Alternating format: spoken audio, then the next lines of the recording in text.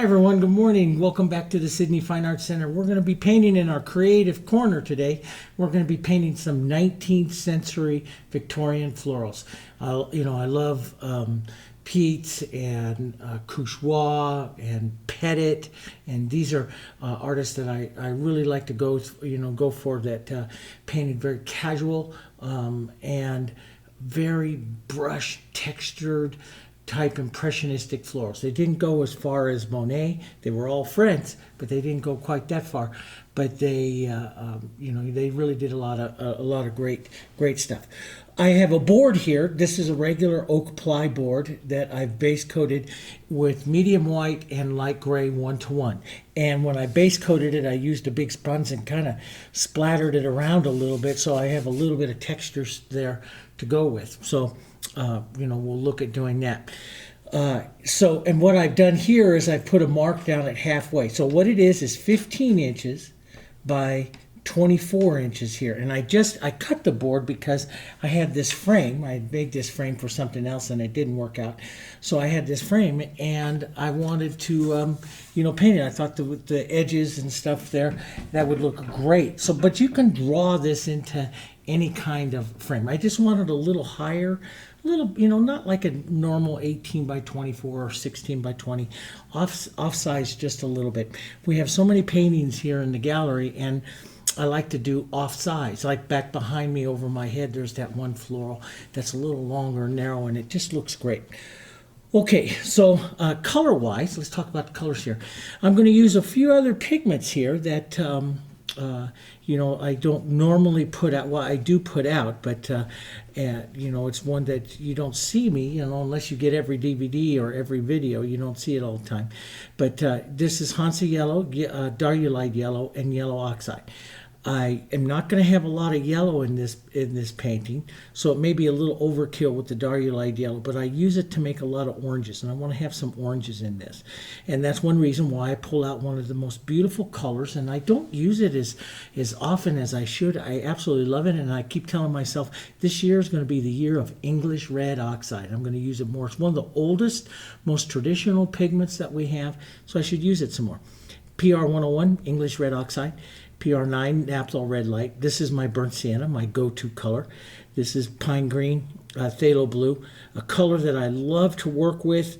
The burnt sienna and English Red Oxide and making grays, my cerulean blue. I just love that, and I plan on using that today. Cool colors as far as my Quinacridone Violet, Red Violet, and titanium white. And I'll probably need more titanium white than that, and this one's running out, so might have to take a little coffee break and go get more paint. But I want to put out quite a bit, spreading it out a little bit and letting some of this kind of thicken up, because we're going to want to paint with a lot of texture today, okay? As far as brushes, my fusions, I just love my fusions. I also put out some of my, depending on the broken edges I want to paint, some of my, this is one of our long handle bristle filberts. This brush I use in landscapes and seascapes and stuff, and I love it. This is actually one of our round brushes, and I put it on the edge of a brick and with a hammer and hammer it out flat, so I get a very, very full filbert. And this works wonderful for, especially in seascapes, for putting on the ocean waves, the wave crest tops, in putting in grasses and ground and stuff like that in landscapes. And I'm thinking about doing some real bushy kind of leaves, very impressionistic leaves, so I pulled it out. Don't know whether or not I'll use it, but I pulled it out, okay? All right, let's go in and let's and I'll use some, I'm going to paint this acrylic. I do have a little cap here of extender medium out just in case I want to add that to a few things, but we'll start out here mostly the acrylic, okay, and stay mostly acrylic. And what I'm going to do is, here's my center line here, okay, so I'm going to put a vase in here, a vase of flowers, and I don't want that vase to be centered up here at all in this painting. So I want to move it, I want to bring it over to the side. So we're going to do a little sketching here. So I marked it right here, which is 7.5 inches, which is halfway. And then I came up about 3.5 inches as give me, you know, I might drop it a little lower, but it gives me some room to put in a little light source in the front of it here. But let's start out here first by sketching our vase. So one of the things that I do, I'm going to use some burnt sienna. I love to sketch with burnt sienna. And so I'm going to thin it out with a little water and just use one of my little filberts here. You can use anything. But one of the things I'm going to do is I'm maybe going to take the width of a yardstick. This is my Home Depot yardstick that I made into a little T shape here. And I'm going to put a mark over here about that width right there like that. That helps me. I'm starting to divide up. So if I'm going to make my vase at the widest point, maybe 3 or so of these wide here. So maybe my vase would be 3, so it'd be 1, 2, 3, 3 widths of those wide. I'll put one width over to this side. So this will take the vase off center just a little bit. So, you know, here would be center. So I'm off center just a little bit. Still have room over here to develop a shadow, and still have, you know, enough room over here to develop my light. So that helps a little bit. Now we got to figure out how high we are going to go. Well, halfway on this is 12 inches and stuff. So that would be, well, it'd be, so here is 2. So I started with my 2, so I'd be up here about 14. So that would be about halfway. So I don't want to go quite halfway. So let's come down. Because we're going to cover a lot of this with the flowers and stuff. So let's start right up about here. So so this will be the widest point. I want to make kind of a vase that it comes at an angle here. So I want to come out this way here just a bit and then have it round down right down here. So I'll come out like this. We may come a little bit wider and then have it round down almost to that mark that's there. So here is my other mark here, so which would be the same width of that. So if I draw this mark up here, so if I draw that mark, so I have my 3 areas here, right? Basically my 3 areas of my painting here. So this mark is coming right in to be halfway, so it'll come right about there. And then right about here would be about the widest point. So I'll just draw this one down right about here. And then it's going to come in. So it's about this much from that mark. So it'll be about here from that mark. And it'll ride down about like that. So that gives you a nice shaped vase. And we can change it a little bit. We can decide, well, maybe I want to pull this out just a little bit more and drop that in. That's a nice shape. So let's just pull it out a little bit more here. Now there'll be an ellipse here on this side. And because I have that bottom line, I can see my ellipse pretty easy. Just what that'll be there. And then that ellipse will follow in up here as well. But we're going to cover it up with flowers. So that gives you a good idea. I don't always like to, you know, to make everything, you know, absolutely perfect, but, you know, that just helps you sketch it on. So let's go through that again. You draw a center line. Then what I did here was just took the width of this, and this is about 1.5 inches wide or so, but I just took the width of it and I put a mark up over here on this side off the center line. Then I put 2 on this side. So with the 2 on this side means that I'm moving my vase over this way. It'll be more here off the center line. So there's this much over here. And so you can see the vase is moved over this way off of the center line. So what that does is it gives me this much room there, and the vase has this much room on this side. So it's shoved this way. So 1, 2, 3. And then all I do up through here is I just bring in little mark about halfway right between these two, about halfway, maybe a little closer to this line. So this line here will correspond to this line, and I do the same thing. Move it over, then just lightly sketch it in, and then this one here at 3.5 inches becomes my mark for my ellipse. And it starts in the vase. Really quite easy, and it'll be a nice vase. Maybe I might change that. I like you know, I paint this type of vase all the time, so I might drop this out a little bit more and bring it in a little bit lower. So I'm going to slowly work this out a little wider. Let's just change it a little wider, and then right back in so it drops back a little bit. Now, the good thing, or what you should be doing, you know, and that's up to you. Where does this happen? You know, and you can be absolutely perfect to pick out like the widest point, and you can put your little square across here to see that's the widest point and that's the widest point there.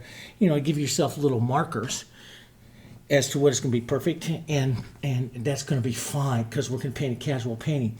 I used to always take out tracing paper, make a line and fold it in half and put it on. You can do whatever, but if you start by sketching that way, you've got a nice vase set in. We'll cover a lot of this with flowers and we'll go from there. So it gives you a nice way to start. Let's pick out the height of our composition. I want to leave some space up through here. And so this will be kind of the height of it that I want to have, and I want to put up maybe some flowers up through here. I'm going to have my main bouquet. I like to lean my main bouquet or main flowers, and this might be a couple roses in here. I like to lean them in towards my light source, bringing it up to the front there and overhang this front ellipse. So this will come down and hang down through here. And I want to, when I'm sketching like this, I'm just kind of like saying, okay, maybe I'll have some flowers facing this way and down through here, like that. Of course, I will put some here over to this side at a different height. So if the height of this one is up, this one will be a little different height. Don't make them the same height here. So we'll drop some flowers maybe right up over here. And then we'll interdisperse for some other flowers. So this will be smaller flower unit, different heights, one up higher than the other, and a different size. Maybe this is a couple, maybe this is one. Okay, put one maybe right over here. So we see a good movement of our color, and then we'll kind of fill in, and that'll give us a good long, high composition here. We'll drop down. Maybe here some flowers hanging down this side. It's over here. Maybe a leaf or something hanging down there. Sometimes I put a petal or two up onto the table or so, but that'll work pretty good. So it gives me an idea. What's actually going to be that flower there? I don't know yet. I'm thinking rose or wild rose or something, you know, something kind of pretty or something just kind of wild, thick colors and flowers. And maybe we'll make this a more textural type of paint. This is what I sit down and do, especially we have a nice relaxed, you know, Saturday here, you know, at the studio. And there's nothing really going on. It's, you know, just like your weekend, nice little painting. Let's sit down and let's just explore a design together. Sometimes I make myself a really detailed plan, and sometimes I just sit down and have a good time of fun. All right, let's come in and just work some colors. First off, I love the deep, rich, darker vases and stuff, and I love that burnt sienna and the blues, phthalo blue and burnt sienna, sometimes a little bit of violet in there to really cool it off. That's a nice, big, deep, rich color that, and it's going to play up really well here against our background and stuff that we're using here. And I'm going to change the background a little bit, but I just love this color. You know, I used to be an artist that didn't like a whole lot of contrast, and now I do. I'm finding myself more in love with color and splashes of color. And I think part of that is, you know, and I say it jokingly all the time, but it's just very true, is I get up every morning and I go out and I walk on the prairie here in Nebraska and I see all the colors. And because of that, it's adding so much color and so much more life to and energy to my painting. And I like to see that. And I think that there's a certain reality to that, you know. So I'll put in, now we're going to blur this edge out over here, and we're going to paint the edge of that in. But you can kind of see your vase there a little bit better. If the painting is really expensive, it's a vase, and here's a vase. But one of the things they'll do with the Victorian painters that I was fascinated with is that you have this heavy color that anchors it. And sometimes they would come in and they would just, now what's this going to be? I don't know. What it is a splash of that center dark carrying through the composition a little bit, right out into here, that moves your eye through the composition. So not only is the vase going to be up there, but you might have some of these other colors up there. And so you're just looking at the movement of color. You know, how much do you put on? Well, quite a bit. I might put on a heavy little dose right there. That'll anchor your eye here and here, right up in that area there. And of course, a lot of that will paint out, but you know, we'll leave some. Okay, so let's go on and so we've got a kind of an idea there for our background. Let's go in and let's work some beautiful colors. I love the English red and the burnt sienna and this, a lot of this, this beautiful cerulean blue into here. And I'm going to really lighten it up here. Step over and lighten it up. Isn't that just a beautiful, and you got to remember it's going to dry a little darker as well. So we'll start up here. Now, I'm not going to put a whole bunch of a through light or anything into this composition. Maybe a little bit. But so I'm just going to get kind of scrubby with this color onto that background. Isn't that kind of pretty? So I'll let some of this other background kind of show through a bit and scrub that. This is a real good place for a bristle to work as well. But I'm just going to use my 3/4 inch here and some water. And I'll paint this down into some of that. There, I'll let some of these colors kind of come off and scratch around here a little bit. I want to have a lot of interest into it. I'm not going to expand, you know, many times with these types of paintings, I put a lot of light energy into the backgrounds and stuff. And this time I'm going to do a softer one, more like the, you know, the real soft paintings of light that the Dutch painter Balthasar van der Ous did. I really like his stuff, and I've studied his stuff for years and years. But so we'll put a little bit of the light and a little bit of the scrubby just to kind of break up some of this color, but not to get it like super perfect or anything like that. I want a bit of the other colors coming through. And so that's on that one side there. Let's turn this over. Maybe just a touch more blue, just a touch darker, but maybe a touch more blue so it appears a little bit cooler, just a bit, over onto this side here, which is the shadow side. And I'll scrub this around and use some of this water. You can see I'm really quite heavy with it. And I'll press this around a bit, push that around here, scrub this, and I know how to make the colors. And the beautiful thing is I'm setting up so you'll see just a slight difference. See, that's what I want. It's just a slight difference, not a huge difference, a little bit of a difference between it, because I want to keep the coloring, the lighting effect, a little softer on this painting than I've done on other ones. So we'll keep this a little bit softer here. So it's going to be a little bit, we'll put some shadow and stuff up there, but you'll see a bit of this coloring, and then we'll add the two together right up here. Right up at the top, let those two run together here and work some of that color through, right into the background, right into the here a bit. Let these blur these edges just a bit.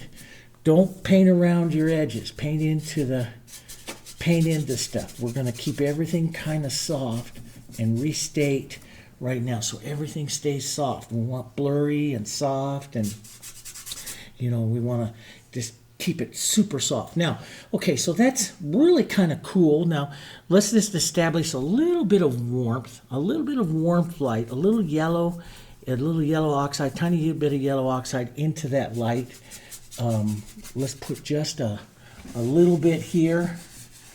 Okay, maybe right into there. There will be my light's going to come in through here, so there will be a little bit of through light, and that's all I want to do is just a bit of it right in through here, just so you just lightly see that through light. I don't want this to be too much of the lighting effect. I want to keep it kind of soft because I want this to be about casual flowers more than anything else. So that'll work. So a little bit of that, a little bit there. Now, a little warmer. Let's go up to the front. My vision of this into the front is I'll take some of this grays, this burnt sienna. Let's add some yellows up in here. Let's get quite a bit of our lights.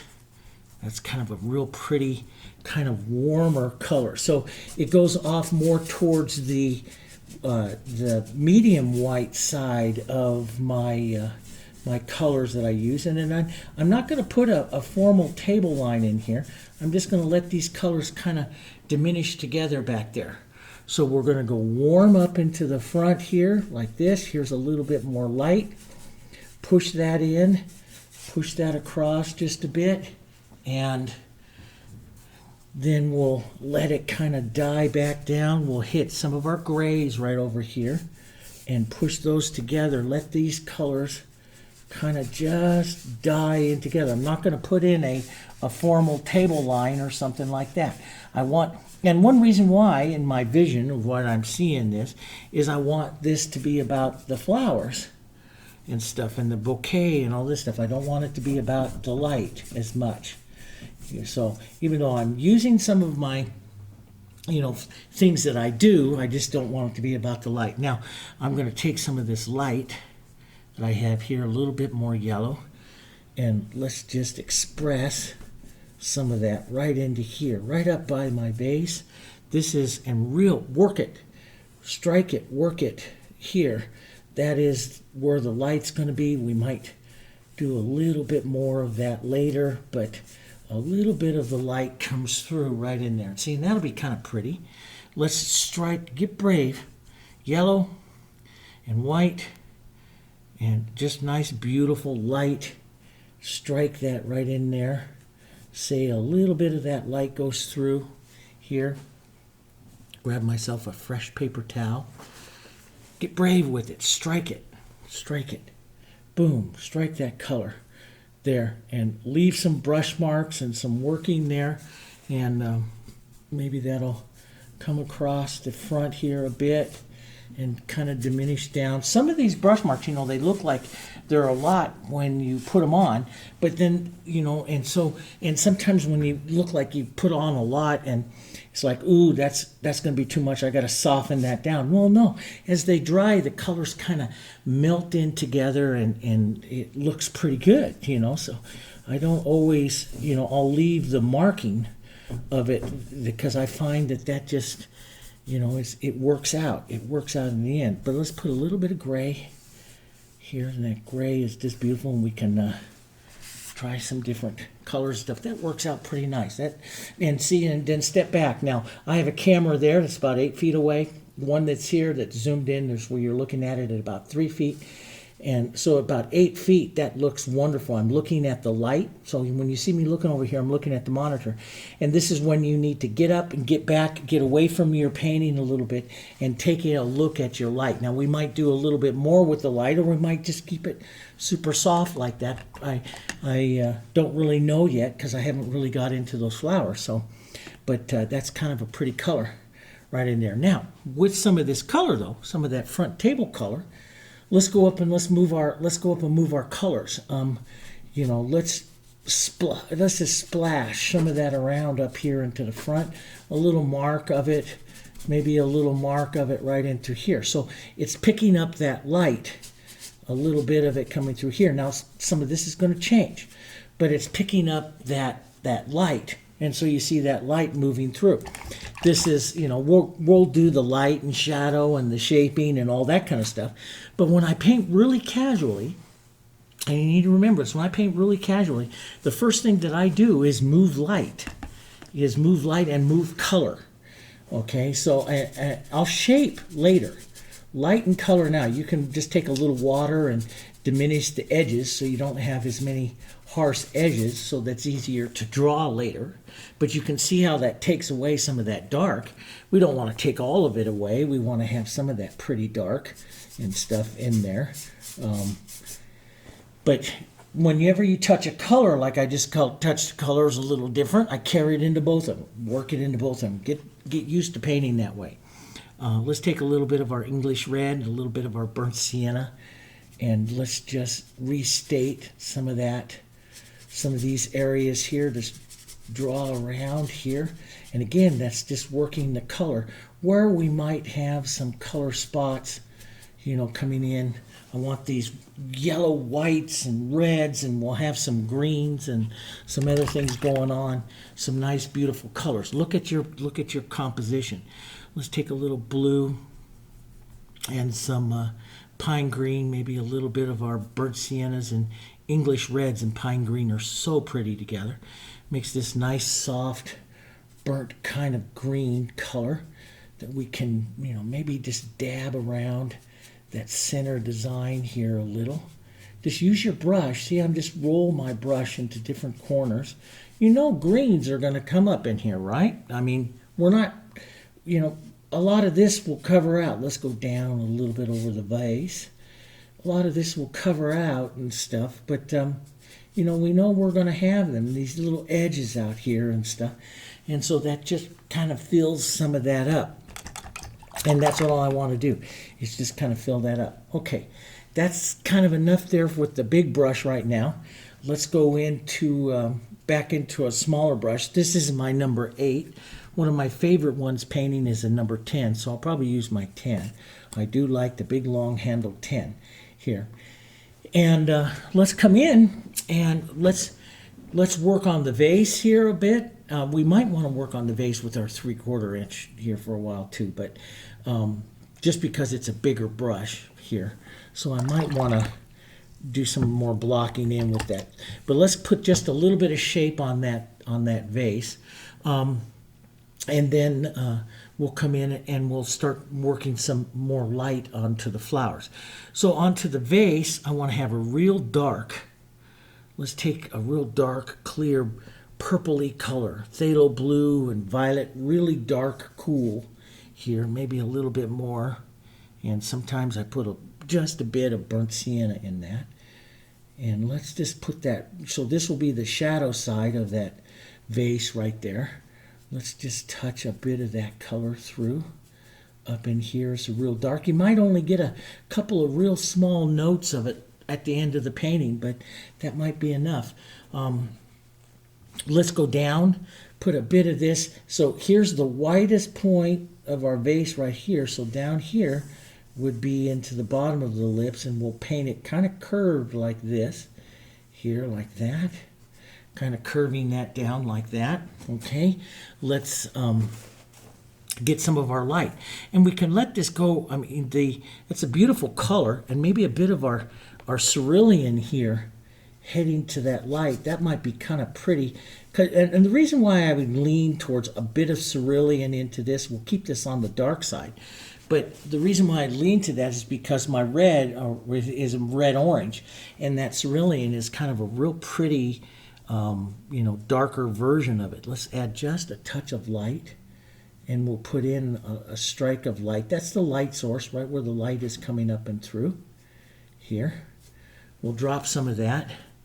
We'll head now. As I paint this, when I paint this, and I might even take a little green into that red, violet, and that blue there, because that just darkens it down, gives a little different tone. And that's what I'm doing, is painting a tone. But as I paint this, I want lots of different tones coming on. I'm going to reset this light source several times here. And I don't want, I want these colors to go everywhere. And this cerulean will dry a little bit darker. We're going to want to have it a bit lighter up to where my final light source is, like right up in through here. And of course you have, you bought this video, you know what the final one looks like. Right now I'm developing it, so I'm just showing you how I develop it. I may take some of this out. It's a visualization process. That's what I'm doing. This is how I develop it. I'm going to drop the value a little lower here as I come down to the low side. You'll have some table light, some reflected colors. But when I work a vase like this, I don't always just work my brush up and down. I kind of work the light, kind of how it rings out, hitting this vase like this. And so I'll work the light and then ring it out, so it starts to give a little bit of shape and movement to the vase. Sometimes along the flat edge here, depends on how how I actually draw the vase here, how how much of an edge I give this edge here. And I want to paint that. I don't want the edges to be perfect. See how I blur the edge there? That's kind of what I'm looking for. But sometimes I'll draw some of this dark. If it depends on that edge, I'll pull it across here. But we're going to work this a lot, see? We're going to work this a lot. Let's put a little bit of green into that. And it's a real pretty color to have some of that green in there, to have a bit of stroke of that red violet up there, to have a tone stroke of your English red up here that's coming from that flower. You know, you'll be looking at some of those different colors. Now, some of those are hard to put in because they're, you know, they're complements to each other, and so, you know, you have to kind of let it set up a bit. Here I just pushed just a bit of the English red into there. That sets up the big part of it here, that I can now come back, do a little more refining with my smaller number 10. Let's put some light strokes of, I just love that cerulean. And let's gray it here just a bit. Let's pick out the light strike of it right here. And that's getting a lot of paint on there, so it's really wet. So I'm just going to lay the brush flat and make that stroke there. Maybe come over to the side a little bit more blue or a little more toned color here. And just work it here, work that light across here and start to shape it a bit. Now, see, I will put on, this is the thing about when you're painting dark faces like this, I will put on too much light. See, I'm actually putting on too much because it is difficult here to paint the light. And so I work the light, paint on too much, and then I will paint it back down into position a little better when I use my darks. So I will flip over here, grab some of my dark blues into some of these violets and stuff, and I'll use those colors now coming in. Now see how easy it is to shape and push around that dark color here right into that light, and I can shape and take out, and you know, this light color quite a bit better. So I'm rounding it down through here, and then as I come up to this side, I'll take a couple of long strokes, reflected light long strokes here, maybe just a bit of that light working into that, just a touch right there like that. But I want to keep overall the majority of this vase darker, but I work in, so what I do is I work in a lot of light, and then I start taking it out, especially as it starts to tack up and stuff. I like to start taking it out. Some of the blue over here into this, your Phthalo Blue over into your English red, and burnt sienna over here is real pretty color, and you can start taking some of that light stroke out, or that light edge out there, and working this edge just very whispery here, just broken up a bit. Paint into the light there just a bit here, so you get some different types of reflections and stuff here. You know, sometimes I like to have just little marks of it, of that light. You know, we'll change that, we don't know, you know, but little marks. I'm never opposed to putting it on and giving it a try. Here, let's pull down some of that burnt, or some of that phthalo, and that English red oxide's just beautiful. Here, just work that through that edge there, and we'll work some real dark tone strokes of it here, right down here, right down in this, and let that light that we put on earlier start to look like the shimmer of it, you know. Maybe a little bit more blue. So you pick up some areas of blue in there. So you got some real toned and then some areas of blue. So I'm starting to paint out some of that real light here, and put in some of my dark coming across on my shadow side here. Just whisper the edge. Light brush, let it feather. Let these edges be kind of broken over there. Don't make a perfect edge. Let it be kind of broken there. And sometimes I'll like this lighter gray that I have. It's a little wet here still, so it's great. Maybe a bit of my blue toned colors down through here. A little toned grayer kind of colors. A little more oranges into it. I want it more gray, which means more of my orange there into that. Yeah, I got a little bit of a shine there. I just saw that. Let me see if I can raise that up a bit and take care of that. That's better. Okay, so, and maybe I'll, sometimes I'll negative paint here, the edge, right in like that, and I'll work these edges here. Work these edges here, and so I might get a kind of a clean line, not a super clean line. We're going to put a cast shadow in there, but I'll work the two edges together. What it does here is, gives you a receding edge here, and I'm painting back and forth between the two, and little areas like this are so neat. Or we keep this really toned, really grayed, your orange, your English red, burnt sienna, and that. So I might bring it out a little bit, blur it just a touch, but you see that it's kind of a pretty painted little edge there. And, up over here, I might take this gray that I used down there, and I might whisper it just here onto the side a bit before I go back to the darks to take some of that out. So I just destroy that edge a bit, put a bit of that coloring in, and you get a real painterly edge. See? A real painterly type of edge. Let's do that painterly edge over here onto this side. The light, because this is the reflected light side. This is where reflected light from the table would come up and contact the vase. And then we'll paint out some of that with our grays. A little grays. And some of your reflected light color might be the table color. Let's put a little foot on this vase here. Let's come down and we'll come out, put a little bit of an angled foot here. And I don't want to make it, I like I spend a lot of times in different industries, and one of them that I really like, that I used to pick up a lot of stuff is, working in and out of Asia and stuff, in the little Asian vases that they have, and I love the little, the acanthus type little feet. It's not a perfect little foot, so you get some different little interests and stuff like that in there, and I always found those kind of fascinating. Put a different little strike of light along the front. And, again, you got to remember you're an impressionist, so you're not painting anything perfect here. You're painting the impression, right?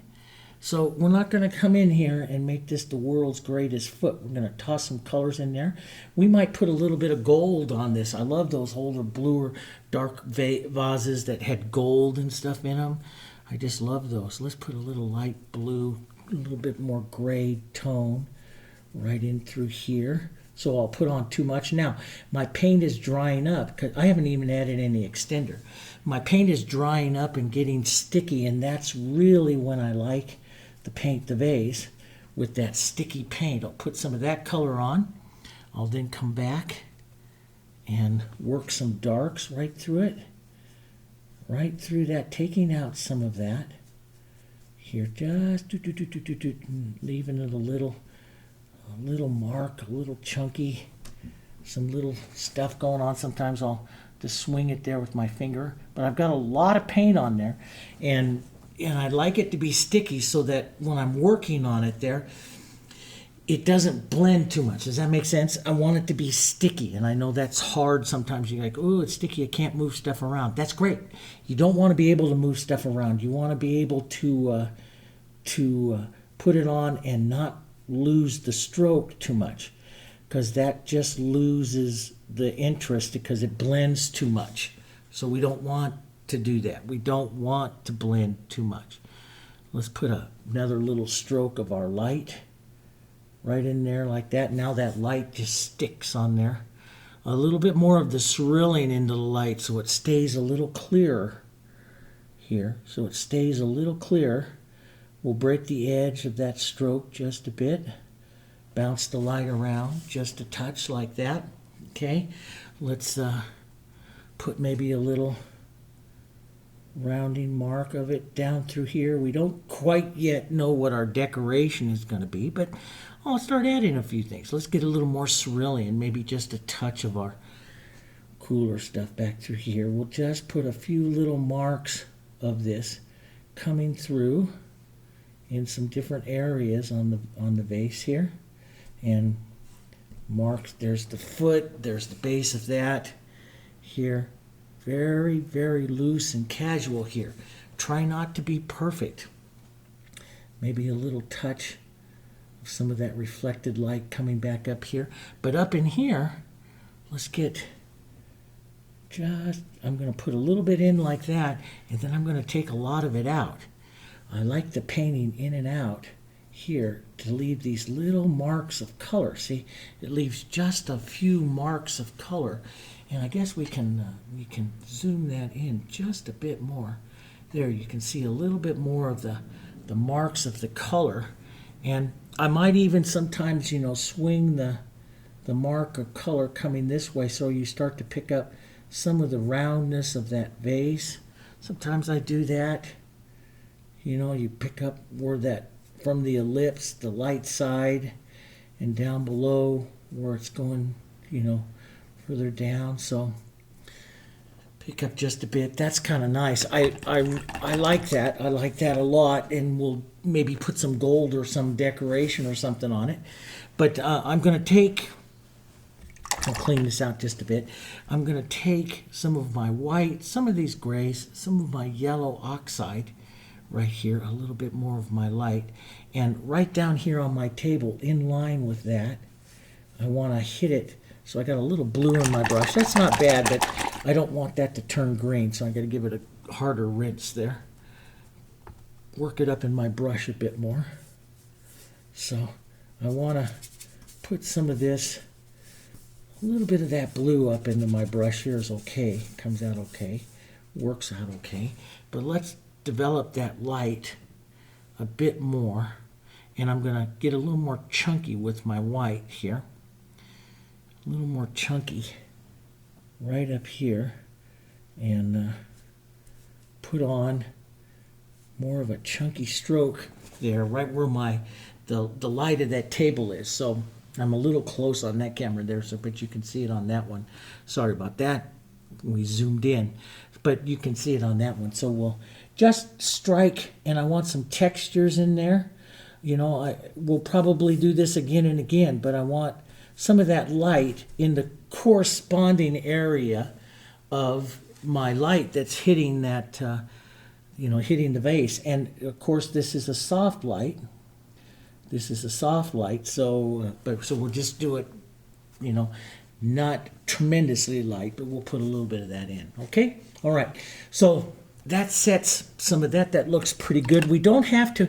We don't have to go in there and fix a perfect foot or anything like that. I used to always do that, and now as I'm trying to get a bit more of a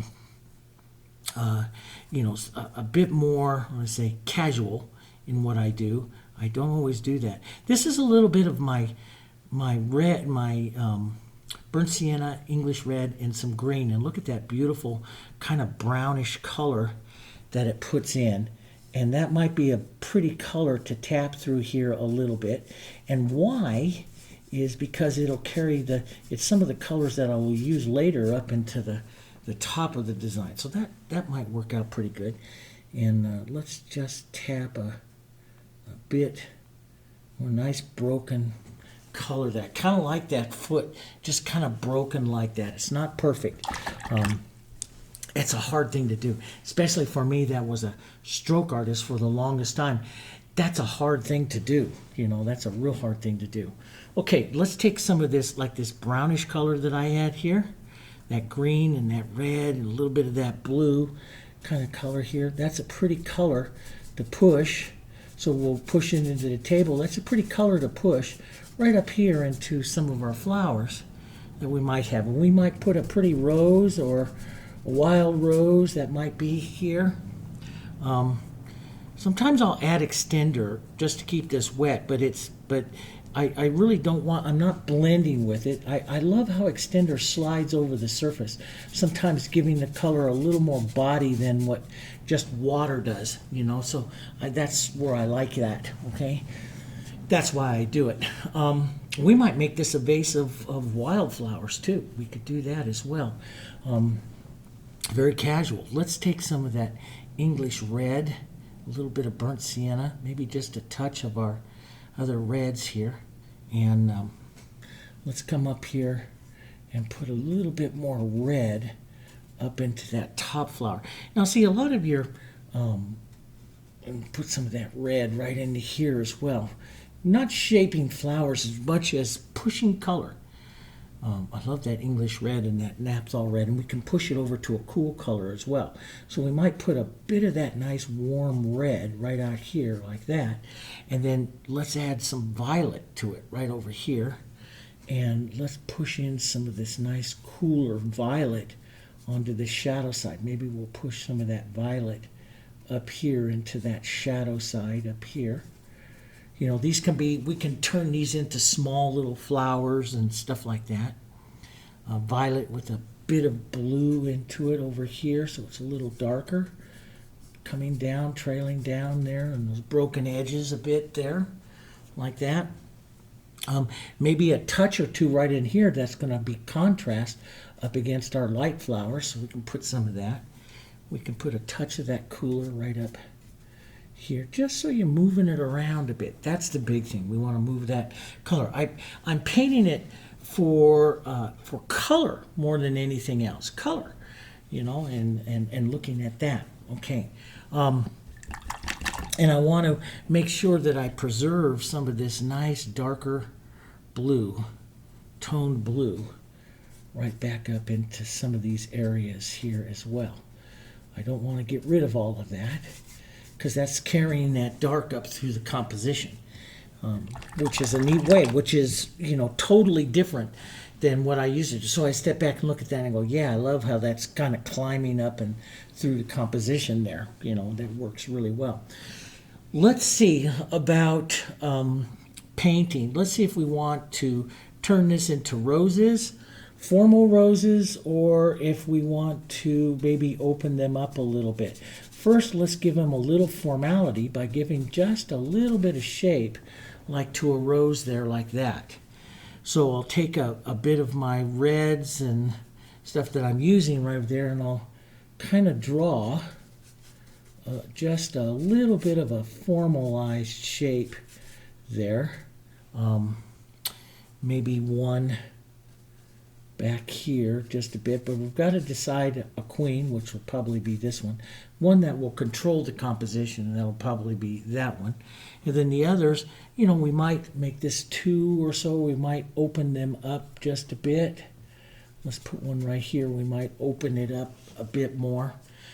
Let's build some body to it. We'll take some of the light color from that table, and we'll just strike right across the front of that here, and start to look at, is that, you know, the rose shape that we want to use here in this particular thing. Well, let's take some of the grayer tone here and push some of that in there too. I want to paint very impressionistic, which means these roses are going to be a little bit wild.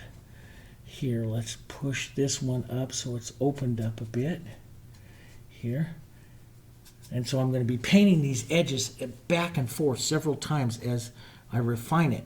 Okay, so, you know, just bear with us. As we start to shape, you kind of find the bowl a little bit. Let's put this edge over that edge of the vase there just a bit. Doesn't necessarily have to be roses either. It can be the small flowers, but let's put a little bit of that orange a little further out here. Some of that out and around. That'd be kind of pretty. Let's maybe just, you know, and back up through here, it can be just the light colors. Like it could be something back behind there, but we don't really know what it is. So, you know, but we don't have to do the rose quite as formalized like that. We can open it up a little bit. Let me show you that. And we'll take a look at it, and this is what I do, is I take a look at it. I'll open this rose up a bit like this, so it's more of a, so I don't have that tight little center. So I open it up a bit more, and so the rose will sit more open, and that's kind of pretty there too. So, you know, I might have a darker center there, but I open the rose up more, and we'll get, and see what I'm doing is I'm just tapping color. See, I'm tapping color to open up the rose. Let's put a shadow down this side. So if I want the light up to the light, but we'll open that up a bit so you're not a definitive looking of a center. You know, like many times I close roses down. Well, like the ones that are back up over there, I close them down. But you don't always have to do that. You can do more of an opened up, which is kind of pretty as well. Put some other color in there. Let's take a little stroke of the yellow. Now, why the yellow? Because I'm thinking some gold onto this vase here too. So we can put little touches of some yellow coming up here. Before we do any of our real light development, more than anything, I move color. This is what I do. Especially if I want to get really loose with my florals, I'm moving color through, looking at how the color is moving. Let's take some yellow and that pine green. Here's some of our yellows. Let's just take a little brighter, lighter yellow here. A little bit more yellow oxide. Some of that color. And let's just establish a little bit of that through here. Now see, we can take some of this out, and we can, but what I'm looking for when I'm painting this is I'm looking at the colors. You know, so I can drop this cooler, maybe, and I do want to put some back down and over the vase here a bit. But I'm looking at those other greens, and they could be all different kinds of stuff. I'm looking at the bouquet there. How's that coloring looking on that particular bouquet? So now let's come in and, so I'm moving color around. It's looking a little tight right in here, which means, you know, just taking some of these colors out here like this a little further out and loosening up the bouquet. We'll start first with some greens, but we may end up doing a bit of this with some of our lights as well, you know, but we're just going to move some of the color out and put little touches and stuff like that. And if we don't like something, we take something that's like our background and push it back out. But see, that's coming, that's working. I want to see some more of this color up in there, maybe a little bit more yellow and a bit more white, some more of that color of that front up into what will be these more opened roses right here, right up there like that. That might work. And see, I'm not shaping them as much as just painting their colors. Now, let's go shape them just a bit. Let's put a little bit more white and a little bit heavier of the white here. And I might have to go get some more white because I don't have any on my table. I didn't plan very well here for this, but let's come in here and let's just put a little bit more of a streak of more of an open rose shape here, and we'll build on that here.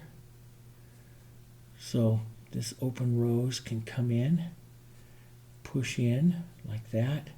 So there's it's hanging down slightly on that position there. Some pulling petals coming out here like that. You know, just a bit. Now I don't want to get huge with this rose. I want to keep this stuff small here, and I don't want to close up quite that much. So let's keep it more open here. So I paint this more open,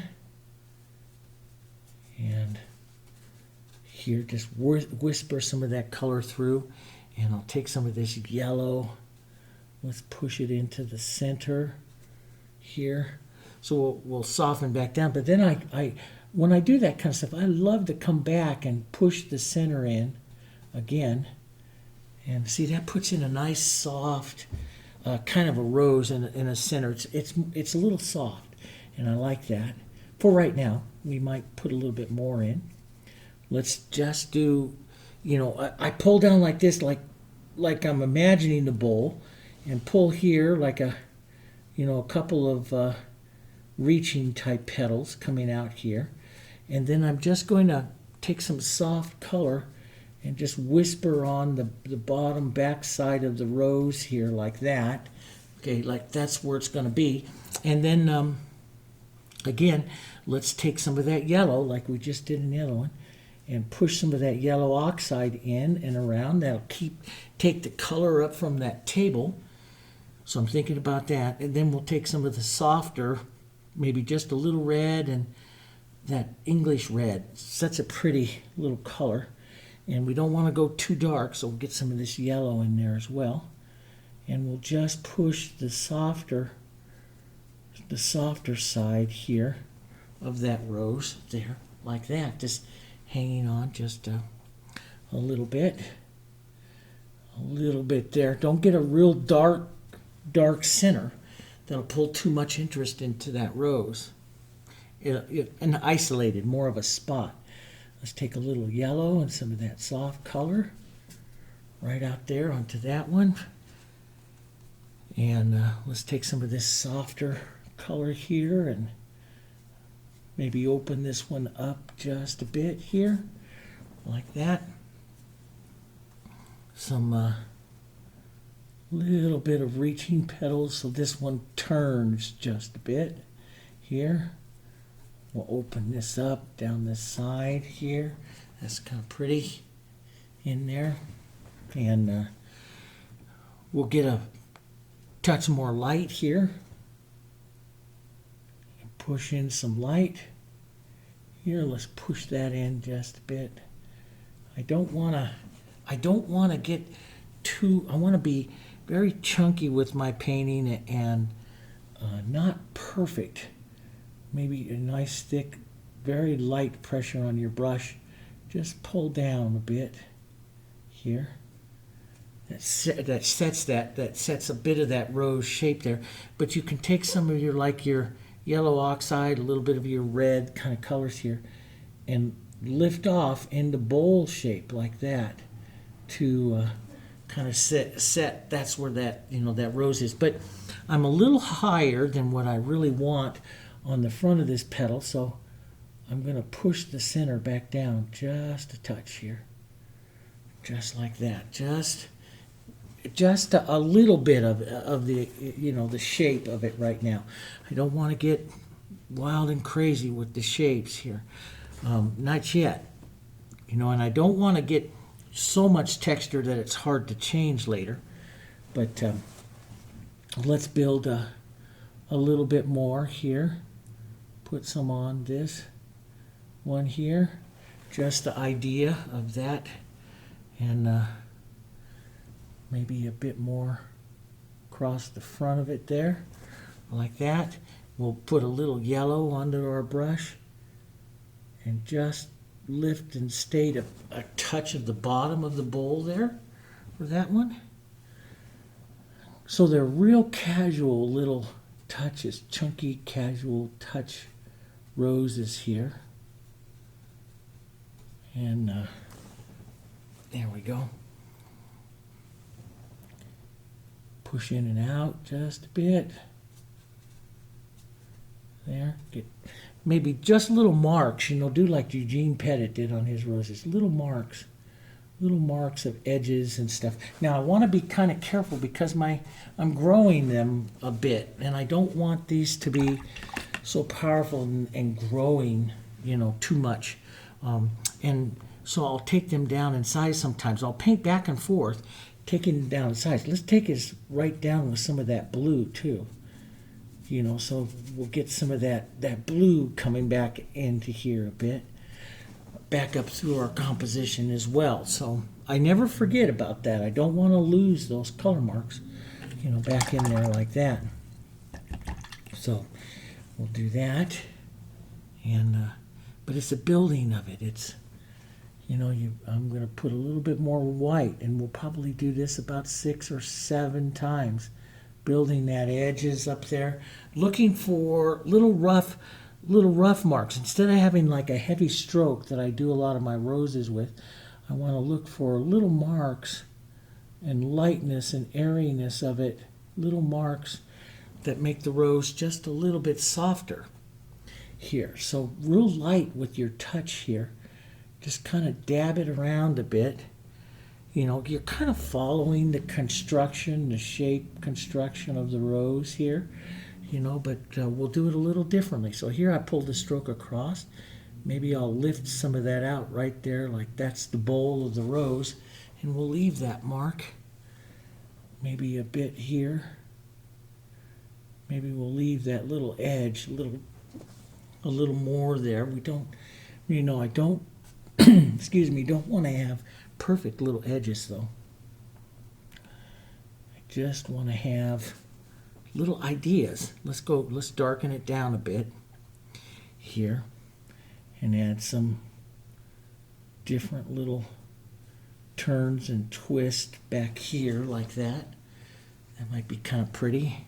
But, Pettit would go in and make little marks, even onto his shadow side, little marks of light, I call them little sparks of light that looked great as far as the rose, and turning the rose and doing all different kinds of stuff. I'm going to need to get some more white here. So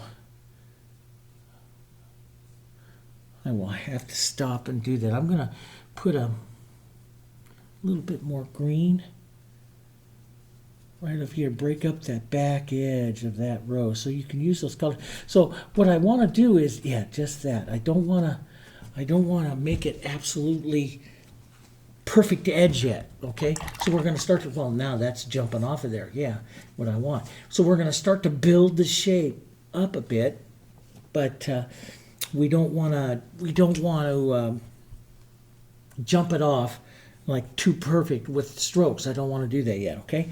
So, we may go there, but not yet. I'm going to go get some more white. I'll be right back. Well, I went and got my big container of chunky white. This is white that I've used for quite a while, and I put it out in a big container like this, and I let it get all chunky and thick, letting some of the water evaporate out of it. Just a few hours, you put it out in here, something like this, and you just keep stirring it every an hour or so, and you get a white that's really thick and chunky, and that's where I like to use it, this, so I have a container of this, especially when I get towards, a painting like this that I want to develop a little bit more with some real textures and stuff, okay? All right, let's get going here. I hate taking a break like that. I stop that creative flow, but, we'll get back into it. All right, let's get back and restate maybe some of my yellows with that bit of that English red, kind of pretty color.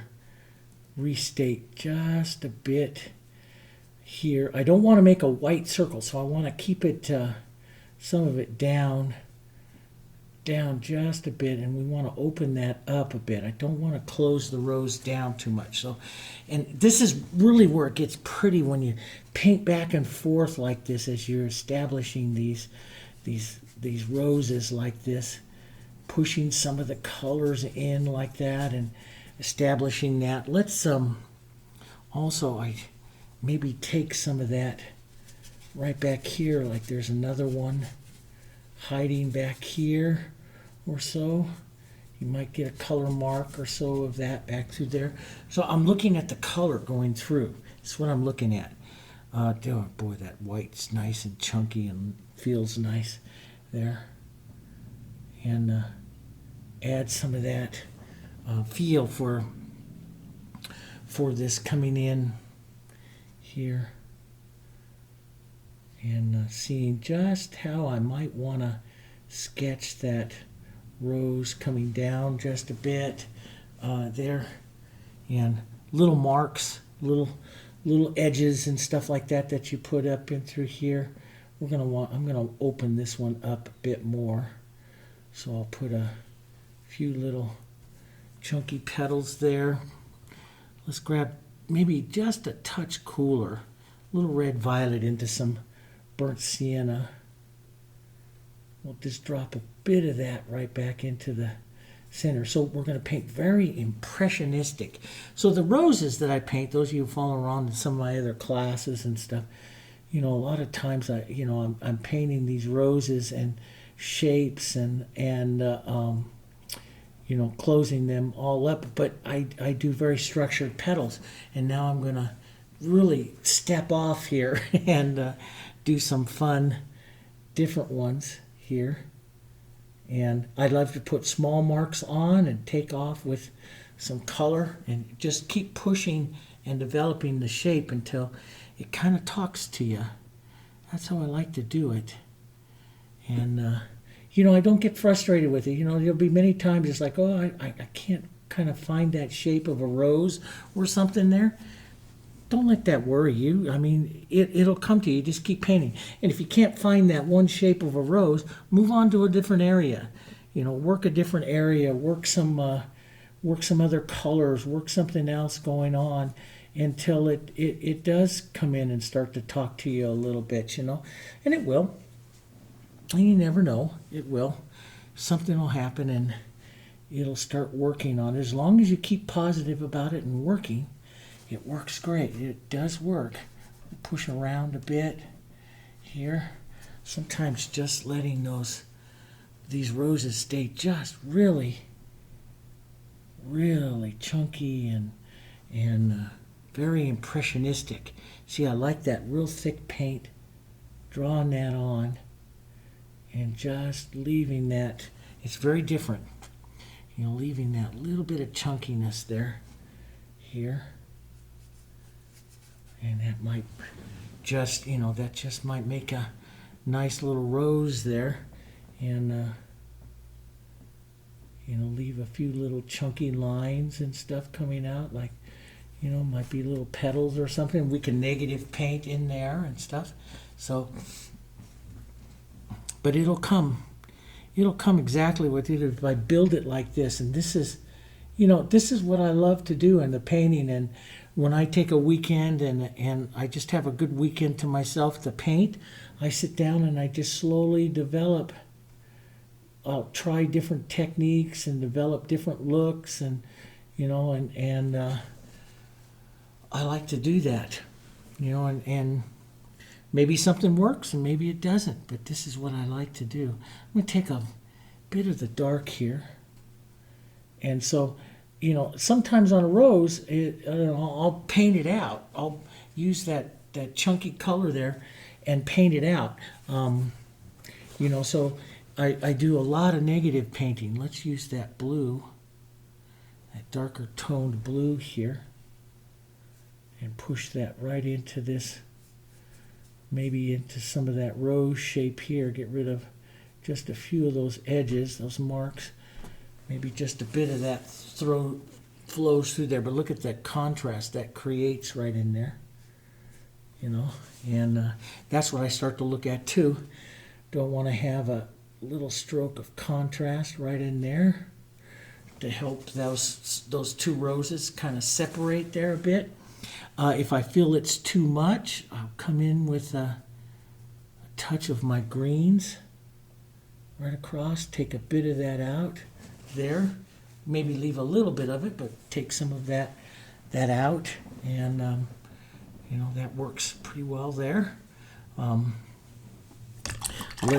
I don't always, you know, I won't always use a lot of the light, so I might use the light up there, a lot of it up there at the top, and then back down here as I'm diminishing down this rose here, and maybe just a few little marks and stuff of it, but I won't get into a perfect little rose there. We might put a bit more light hitting right up here, boom, and push that off like that, but maybe a bit of a light stroke right here where the light might hit that petal right there. Nice textured white here. where the light might just hit a petal right there like that, and leave that right there like that, and maybe take a bit of my gray and lift up that bowl right in there like that, and that's kind of a pretty little rose sitting there like that. Let's take a bit of that gray right into here. I might take some of that chunky light, push that edge out here like that. Maybe that rose there, that's kind of nice. And I look at it kind of, change my view of it a few times, say, looking for, a different way of doing things. Maybe I'll close this edge down. Let's see what that looks like. I close that down and maybe spin this rose down around a bit. So it's a different look, a different shape. I'm painting the suggestion. I'm an impressionist now. Today I'm an impressionist and I'm painting the suggestions of the roses here. Let's put a nice textured light here across the front there. Just boom, just kind of push that in, nice textured, kind of push that in there. And a little bit of pettit marks there just to give a little sparkle and stuff there. That's kind of nice here.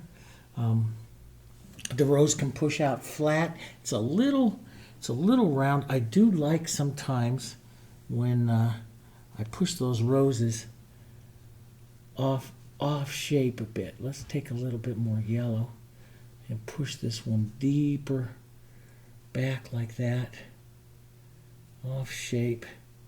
I have to decide if we're going to push that, which we probably will, right up in front of this one, which means it'll get a few of those little texture marks, those little pettit, little bings, I like to call those little shines.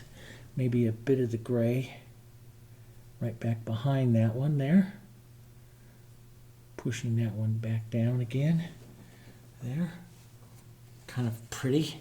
You can set these roses up all different kinds of ways here. So we maybe open this one up a bit more here. Maybe a little texture, because sometimes you can just do the textured lines across like that, that just so the rose shape changes a bit here. But it's part of it is the shape of discovery, and this is what I always say with this is why I love it, is I don't get frustrated with it, and you shouldn't. You'll be looking at my final, but you'll see some of this stuff I change, see, as I'm doing this. So I'm looking at, I don't like these two roses sitting next together because they're too much the same. So I'll, maybe go to more of a chiseled petal here, put a bit more texture out onto the edge like that. On this one here, maybe that mark's a little bit too long, so I'll pull in just a bit, but I don't want to make this one exactly like that one. I want to give it its own character here, its own character as a rose, and that takes paint and paint it back and forth. And so as you change one, you may want to go in and change another one back again, and this is how they develop. And I think this is one of the great ways of painting, is that you can, you're learning how to evolve the painting. You're not just going in there and copying a photo from the final view of that photo. So here I'm thinking, okay, I'm going to push this petal up and put a little edge on that like that. Pushing that petal up, though, what it does is it gives just a little bit of a direction down like that, which is kind of nice. Maybe a little bit of our dark here for that center, touching that out and around here, and seeing just how open that center is there, and how much we want to do. Maybe we want to, touch out here little, you know, like I say, the little pettit marks that make the nice rose here. Maybe pull some of that in there like that. That just makes a nice shape to the rose. And so I'm just kind of like painting the three areas of the bowls of the roses and stuff here. I really like this thick white just to lay that on and really suggest the shape there. Really kind of pulls and helps suggest the shape of the rose just a bit. Now I'm kind of closing that down a bit too much. I don't want to do that. So I'll just lift off here. And that makes a pretty edge too by wiping your brush, putting a little bit of that red in there, and then lift off there so that that center opens back up again. A little different here. Little edge, a little different there. You're in control of this rose here. Just how much of that is gonna stay. Play with it just a bit. Yeah, that's kind of pretty. And see, I like that texture-y up there, that textures. So I'm really kind of liking that one the way that is, you know, and it's, so I look through my light and where I want to really have that just powerful bing of light right through there, right on there, right through there, maybe a touch more right here. It hits right here onto this one, so a nice big textured light edge right there like that. That just kind of pops that one out. Immediately diminishing down, graying down. Let's thin it down. So if you go to the back, let's take a little bit of that blue, a little bit of these, and gray it down so we can touch a little bit of the colors back there and put a little bit of the movement into that rose. But we're not putting a lot of the light. Let's even take just a bit of that out. I'm not putting a lot of the light, so that rose is, you see it dying to the light. Now this one down here can cool and dye to the light as well, picking up some of the blues, some of the vase colors, some of the softer looks as that's dying down here on this side. And we can add bit more of that. Just love that cerulean in with that burnt sienna. Takes a lot of cerulean with the burnt sienna, but just makes the most beautiful gray colors. Let's gray it down a little bit more, right down in through there, because it's heading down here towards these shadows, right down on that side. We'll have a bit of the light though, so you got to imagine the light's hitting there and stuff, so you might have a light hit. Just a little bit of a light hit here, you know, there on the edges. That's that little, those little Eugene Pettit marks. Boom. You know, just closing that up a bit. Little bit of those marks. Just give a extra little bit of life to that. Now, I do kind of like that dark there. It does, you know, kind of really help set that center a bit more on that rose. And so I might push just a touch more right in there with a little movement there. There like that. That's kind of pretty in there as well. The thing is do I want to do something right here to build? Do I want to have a bit more texture? One of the things is you know, I mean, this is a nice, why we call this like this creative corner. We have ways in which we do things, right? We always do. And when you're taking a day like this and just having some fun and exploring some new things or different ways of doing things, leave it. I mean, don't always listen to your inner self, this is what I want to do, because sometimes that inner self is pulling habits. Does that make sense? And if you want to change the way you got to do it, then you've got to look to doing something that you're not really sure about, but leave it, you know. And that's where you get a real beautiful set. Now I'm going to put a little yellow in there. I'm even going to throw a little Diarylide Hansa Yellow, kind of a little bit more yellow right in there, because I want to get a few little touches of those yellows around because I'm thinking about adding some golds right up here. So I don't mind, not gold, but the gold color trim, you know, to this vase. So I'm thinking, oh, a little bit of that in there might be kind of pretty. All right.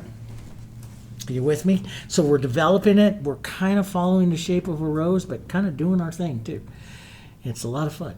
Let's thin out the color just a bit. So as we come back here, we'll paint more of an open rose here, turned sideways.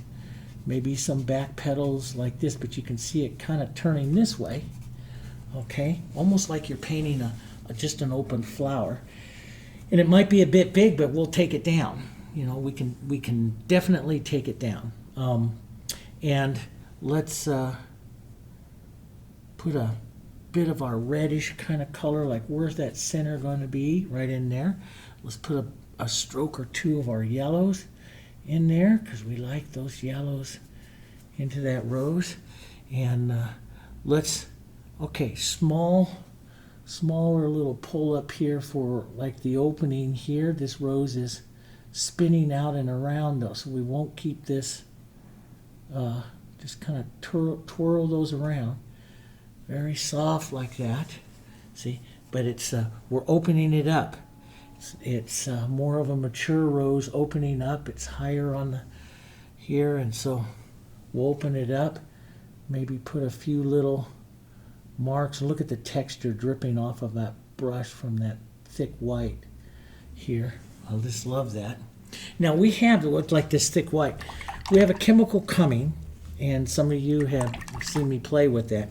If you don't do this, this is what I like to do, open it up. If you don't do this, that new chemical is coming. You just add a drop or two to the white on your palette, and you will instantly make it that thick. It's coming. And so you'll be able to paint with the thick paint. But I think you can see here what the thick paint can do to your painting here. Quite nice. It works really, really nice in your painting by really thickening out. Let's just drop some of that right across the front there and pull these petals right across the front here like that, and just change that rose just a bit here. Pull it around like that, and yeah, that looks good. You can put a couple of light hits right in there, like that's just kind of twirling around and stuff, but you'll see a different, yeah, it's a little different rose, a little different shape of a rose. But see that texture, just lay it on and kind of scoop it around and kind of paint it around like that. You'll get different, I don't always want to make a clear edge petal, you know, to it, and it just kind of spins it around. It looks kind of nice there, and let some of it just kind of die down. Let's take some of that gray, we'll thin that out here, that grays and the yellows and stuff, and we'll just diminish down this side of this rose, coming right back down here. We'll probably cover it up with some stuff, but maybe a little bit of pettit lights.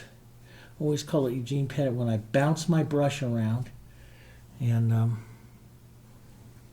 just bounce it around a bit and just put that rose in on that side over there like that. Just leave it. You know, maybe it could have a little dose of a yellow oxide pushed in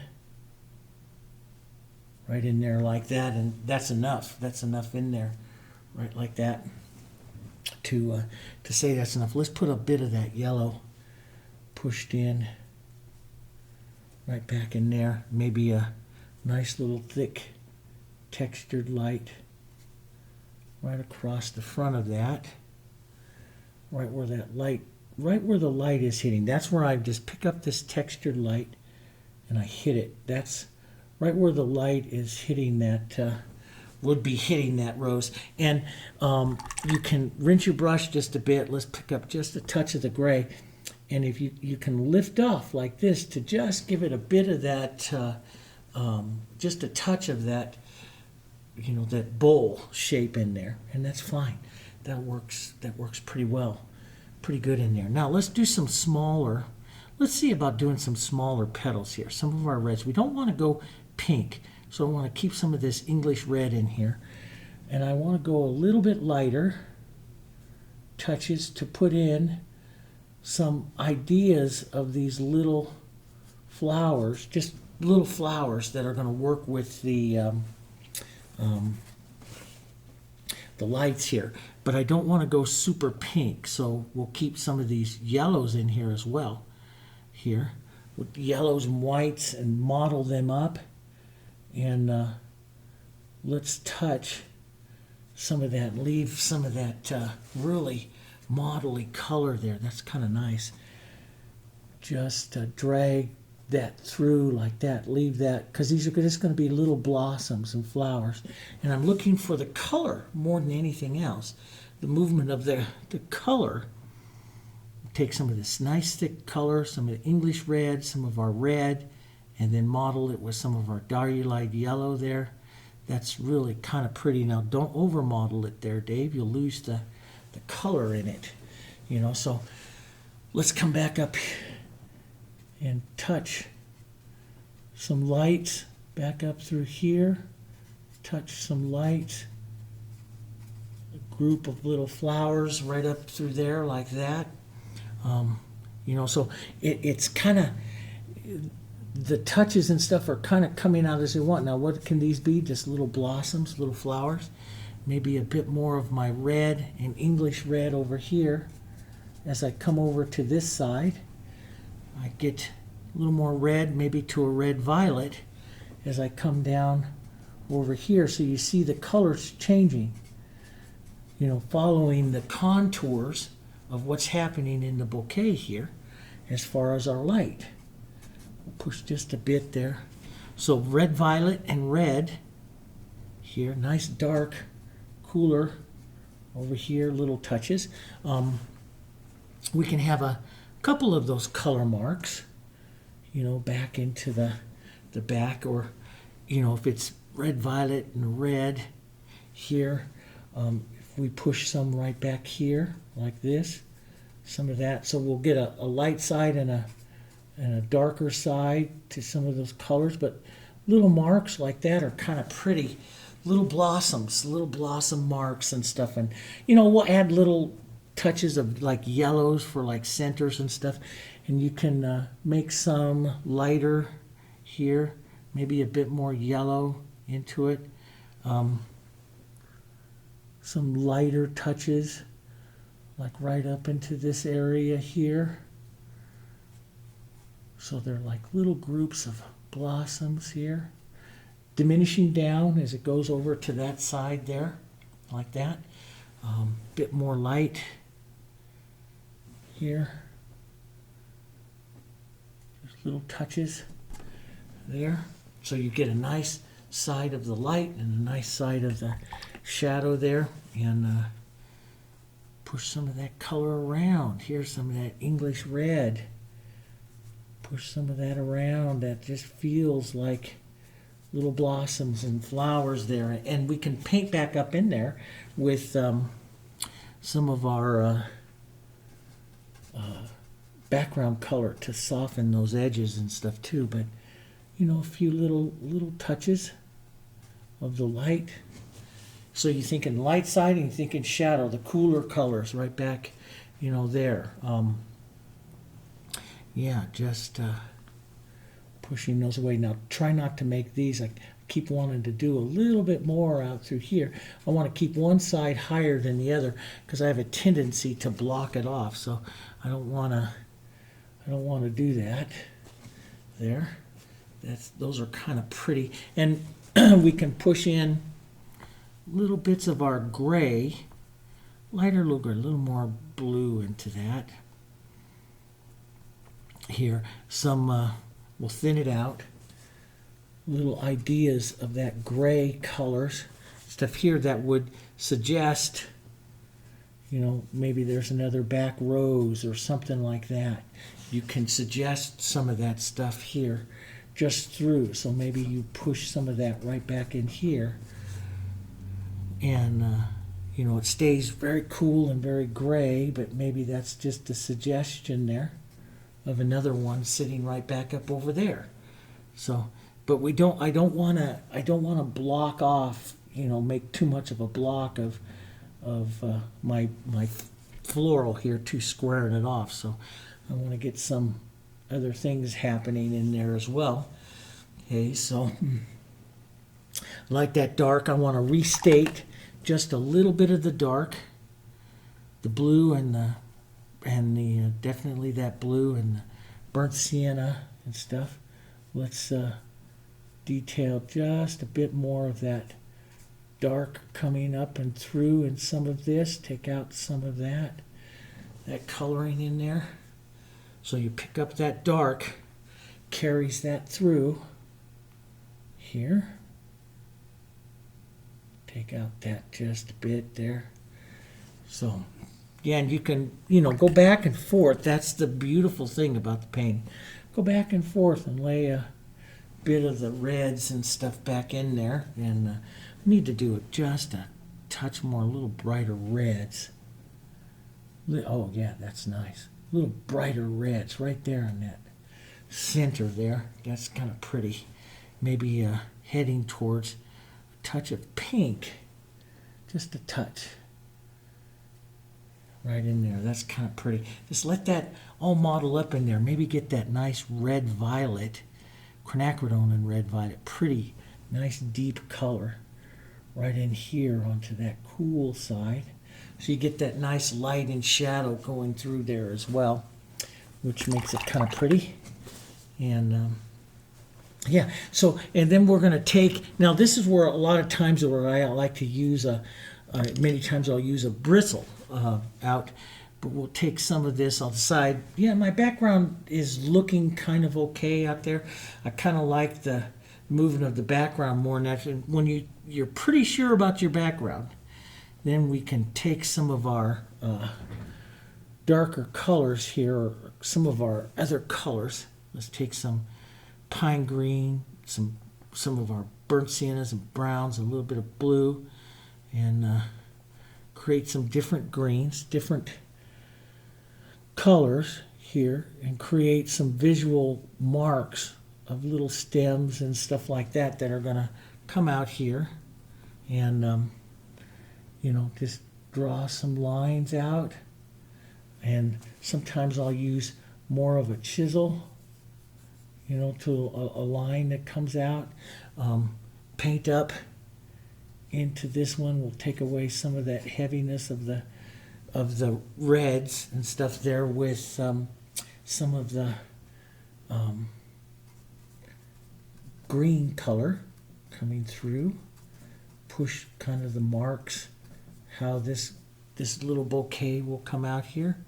Little color marks, maybe some more yellows, some darker colors, something that could change. Use the little corner.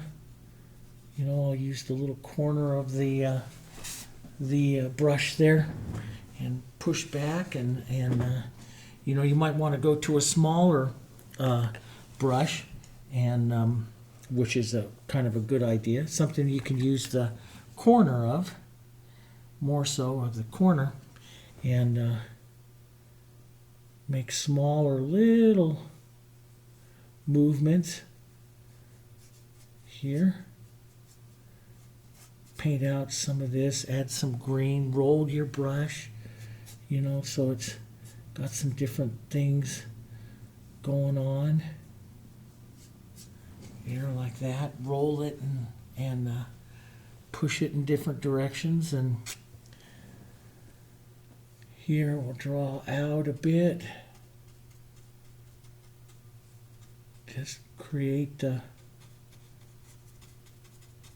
little tiny leaves and stuff coming out. Well, this will start to lighten up, bushy up, and lighten up your design a bit here. Bushy up, is that a term? Here. I'm going to paint back down just a bit into, and see, just let some of that color happen. And got a little bit too light right there. I'll just take a yellow green right across that. Take some of that out. Take some of that deeper green, burnt sienna green, some yellows into it here. A little deeper, different green. Tap some of that right in over some of that center area there. bring that up there. And, you know, work around your design, trying to find little contrasts of differences here too. Little dark differences here, little contrast of darker greens, little touches there. Little leaves, you know, they're leaves and little shapes here. I like red violet and pine green, real dark kind of green, you know, to do a few little leaf shapes and stuff like that out here onto the cooler shadow side. A few of those out there, you know, kind of lighten up your bouquet a bit. And look, do you need a few more? And I'll look through maybe some extra little marks of color on my roses. You know, do you set some of those back in there like that? You know, do you have a lighter yellow green here in some stems? You know, you can look at, you know, that dropping in some stems and marks here. Maybe even a lighter yellow green yet. Get some light and yellow, pine green and yellow, and some of this dirty color. Beautiful little lighter yellow green. And tap some of that right up here in nice thick up into the center up through here. That just, you know, I don't make the definite leaves because we're painting impressionistically, but, you know, really get some nice color in here. And, you know, maybe we'll pull some down here up towards the front and over the edge of some of this front of this container, the vase, the vase. Here, we'll pull that over, grain it down, change the green, cool it down a bit over here onto this other side. Change it, cool it down here. Look for little spots of carrying that around here. And yeah, that's going good. And I think I'm going to take my small brush here, and I think I'm going to change the shape of that vase just a little bit more and drop this edge down just a little bit lower before it turns at the final bottom here. Out like that. That just gives it a little wider, squattier little look there. Kind of like that. Maybe a little bit more out here. Out to the side. Here. So I'll just kind of sketchy here out that little wider there. I'll leave that just kind of broken out there like that. That kind of works kind of nice. And I'll just sketch some lighter color there, just a little bit of those grays there. And that looks kind of good. And yeah, that's, set that back. And we'll maybe look at doing some of the real pretty, let's take some yellow, some Hansa and some yellow oxide, kind of model that together there just a bit. And do kind of like a little decoration kind of work here. Just model that up, maybe a little bit of white and stuff with that. Let's just add a little bit. We'll decide, because we can paint out with some of it too. You know, back and forth. We want to keep it kind of lost some of this decorative work around here. Kind of lost stuff, so we can let it dry and put some blue and stuff over it as well. Here, it just adds a little bit of a flair to it. Let's add some right up here at the top. Just a little decorative flair to that. Some light and some white here. Little light touches. You know, just drag through. That's kind of pretty, you know. And there, just drop that in, and I can paint back down. You know, where you're going to do that, you can take some of your burnt sienna and some of that blue, a little different blue than G4, paint back down through that, and that starts to soften it out, edge it up a bit there. See, so it's kind of like, okay, what is that?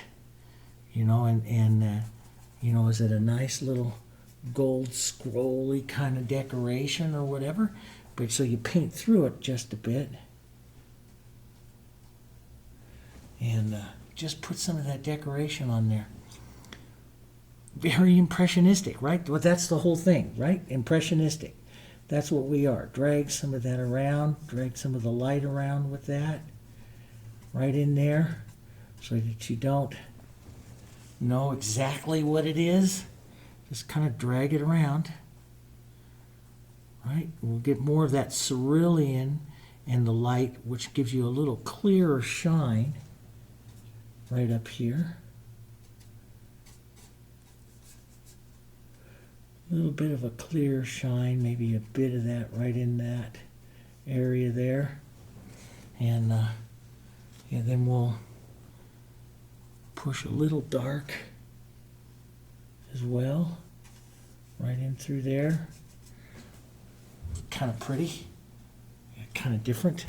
And yeah, now, and the thing is, as you get up at here now, we go look back up through here. Now we'll look back through our roses and how much light and how much, you know, we may want to do. I mean, do you want to take some of that nice yellow, push it up there into the roses, some of that yellow from that, push some of that color up through into those roses? Do you want to, you know, take some lighter yellow green here, lighter yellow green color, the greens and the whites, some of that yellow, and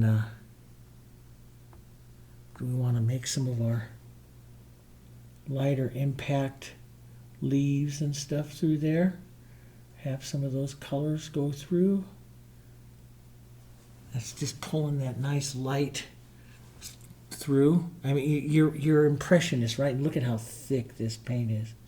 It's beautiful, thick paint. And just grabbing some of those nice little marks. What I'm doing is I'm looking for little sparks of light, little sparks of fun sparks of light, and you know, letting the light kind of play as it's going through that line there, pushing stuff together, modeling it together here, thick color. Let's put just a bit, not quite as dark, not quite as light back here. Let that light diminish back there. Some of the beautiful red violets. Push back in here again. And, you know, push in and out of those greens. Create lost and found edges. Create blurry little edges and stuff. And you know, that really helps. I lost just a bit of my blue there, so I want to restate some of that again. Some of that real dark blue coming back in there again. I lost just a bit of it. And some of my greens here. Right in there like that. And Yeah, that's kind of nice. Now, one of the things I'm going to do too is I'm going to take like my number 10 here and some of my background color was my blues, a little bit of that burnt sienna, and here maybe a bit of the yellow here, some of that nice feeling of that background color, that cerulean.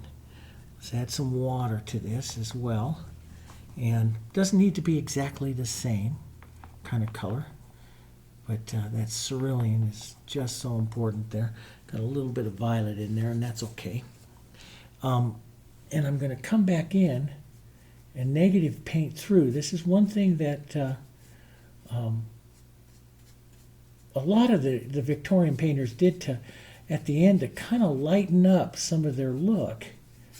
So see, I can make that whole bouquet now light and airy by, negative painting like this back in, maybe even giving that edge right there to like that, and taking the whole edge. Now, I can go back and forth. I can come back in and say, no, I'll put a little bit of green right back in that again. Maybe just a touch of green back up into there.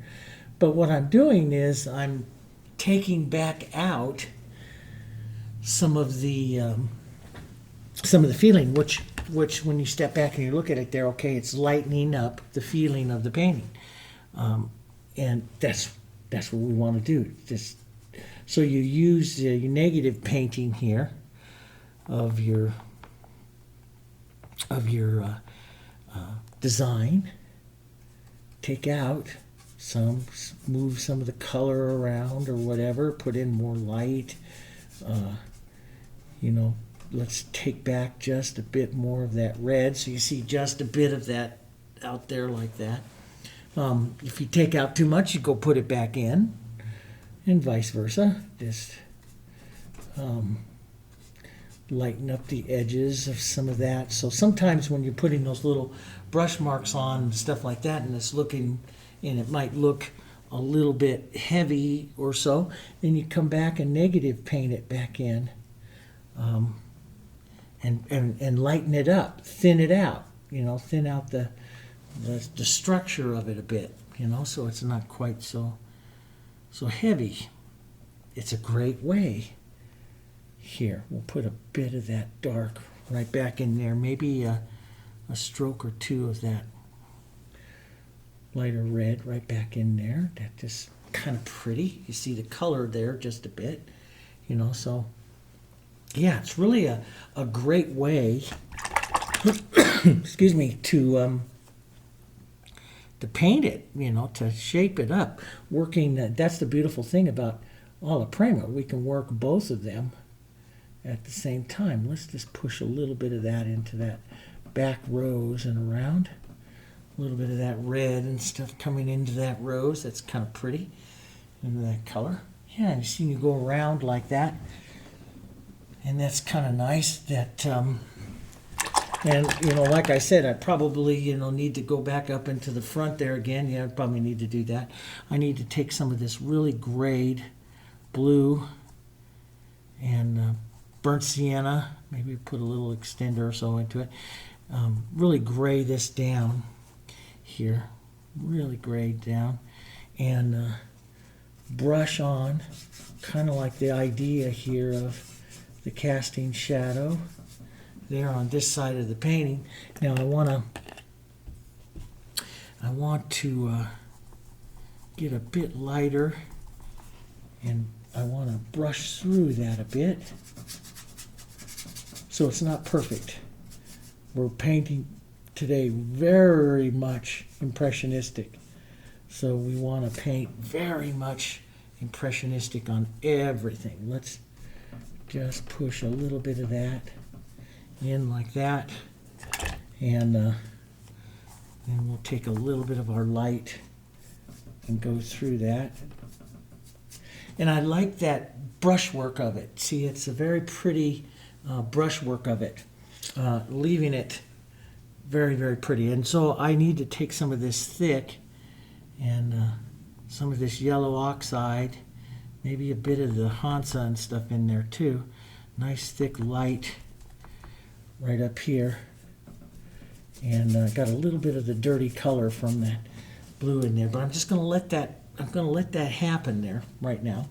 And I need to get out a little bit more of my yellow oxide. Let me go grab the tube here. And because I ran out of that, that's kind of a pretty color in this painting. And yeah, let's put some of that in here. Yeah, that's nice and warm. Might even need to get a bit more of my white out.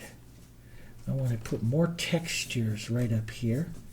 More color, more textures. Let that kind of fade away back out there like that.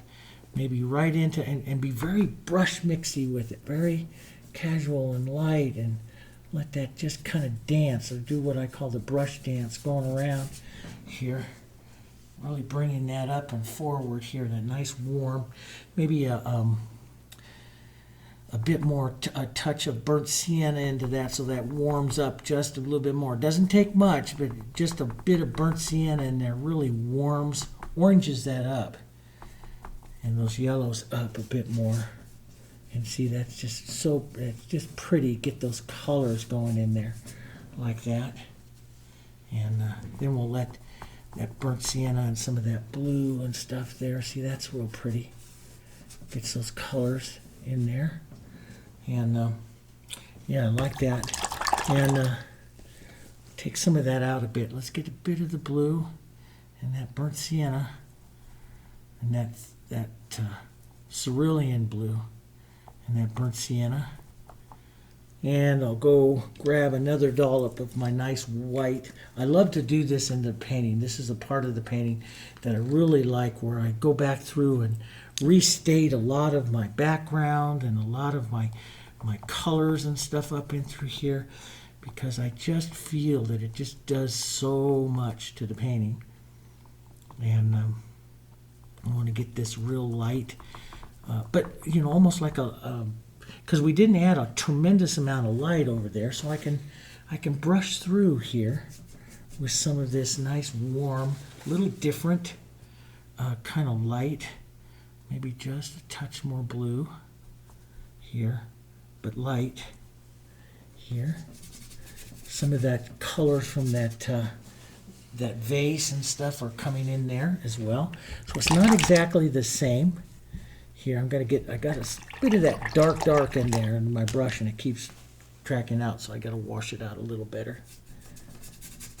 But let's just track a little bit of that in and out here, and right down into my table up against the edge of the vase. And I don't, you know, a lot of the Victorian painters will just, you know, they just create the light and the color movements here like this. You know, they're painting. Look at how that pops off. So they're painting that background at the same time you're painting everything else, and it just looks amazing. Just amazing. Let me reach over. Got to get a little more cerulean. The cerulean is such a beautiful color. It is such a beautiful color, and I hadn't used it for years, and now I'm using it more and more and loving it more and more. Let's get this cerulean over here, a little cooler blue-gray up over here. Let's tap some of that through here. Work that through and through that shadowy over here a bit. See, it's just so pretty. And look at the power that this is starting to give this background, and working these colors and stuff, and just popping everything out, you know, letting everything come to life.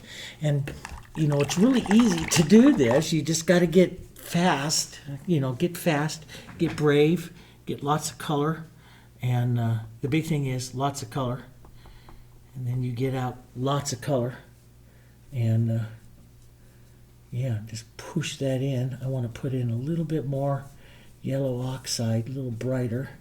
But I'll work that back and forth right up by the edge of the foot, right up over the foot there just a bit. There like that. That's really pretty. And we'll slide into a bit of these grays. Let those colors just cross each other. Let the color evolve through each other. Push that up and around. and you know, create that. It's just that nice, lovely movement of color, you know, that I like. I could see some more of that darker vase up there, and we could see some more of that up there. Let me, though, put a bit more of the light.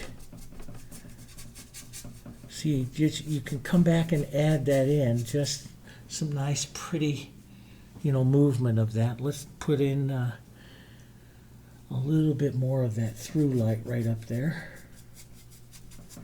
Just, I know, like I said, I don't want to make this a painting about light, but we'll just push a little bit so you see that through there a touch more. And let that fade away up there like that. That's kind of pretty. And yeah, some of those other colors right in there, dropping that down. That's kind of pretty. Now let's, we got just a bit more white. You can see I'm really putting on a lot of color here, especially towards this end. I'm just going to push some of this right off to the sides here, scrape some of this off so that I can really get a nice, I want to, and because of the yellow and stuff that's in that vase, I really want a nice yellow and yellow oxide and white kind of color, and a little touch of red there too. Yellow oxide and white type of color. Sometimes even just put it on with your knife there as you're pushing that light in, right in there like that. You know, that little bristle brush that I use works that really nice. But yeah, we'll touch into some more yellow here. Push that through. And right in there like that. That just gives you a beautiful setting there. Let's put in just a touch more kind of mottled here. Right in there like that. And let that kind of diminish out. Like that thick color and how that just pulls out like that. It just works so well. Let's get a nice dose of that real dark. The Phthalo Blue, red violet, a little bit of green because that keeps that tone down. Real super. As a matter of fact, this is going to be too big a brush to go in there with. I won't look too fantastic if I try to stroke that in there like that right now. So we'll come in and really set that nice dark contrast right there through that center of that vase. That's pulling that line, that light and shadow line, but real dark right up through here. That nice deep dark contrast line right in there, maybe right over onto this side. I'll leave that little broken edge there,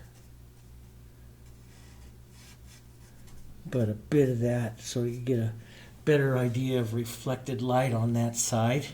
And let's take just a bit of that through up here. So you see that dark going right up through the center there, a bit more.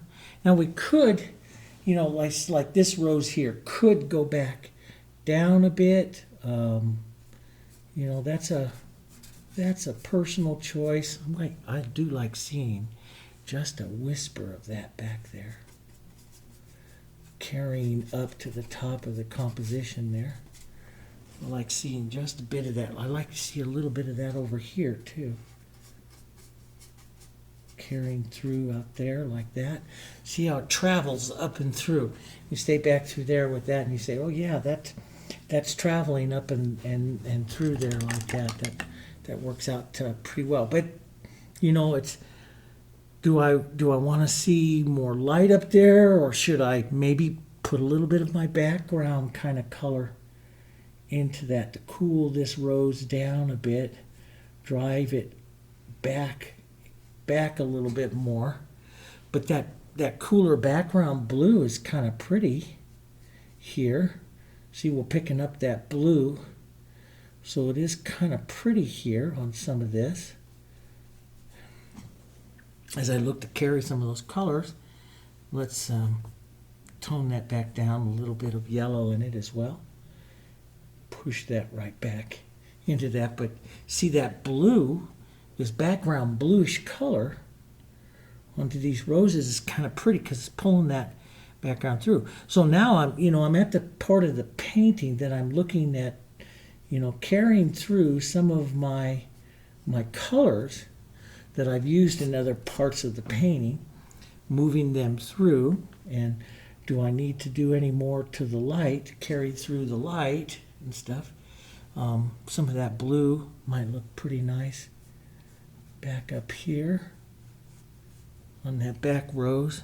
Maybe put just a touch of that light up there on it here.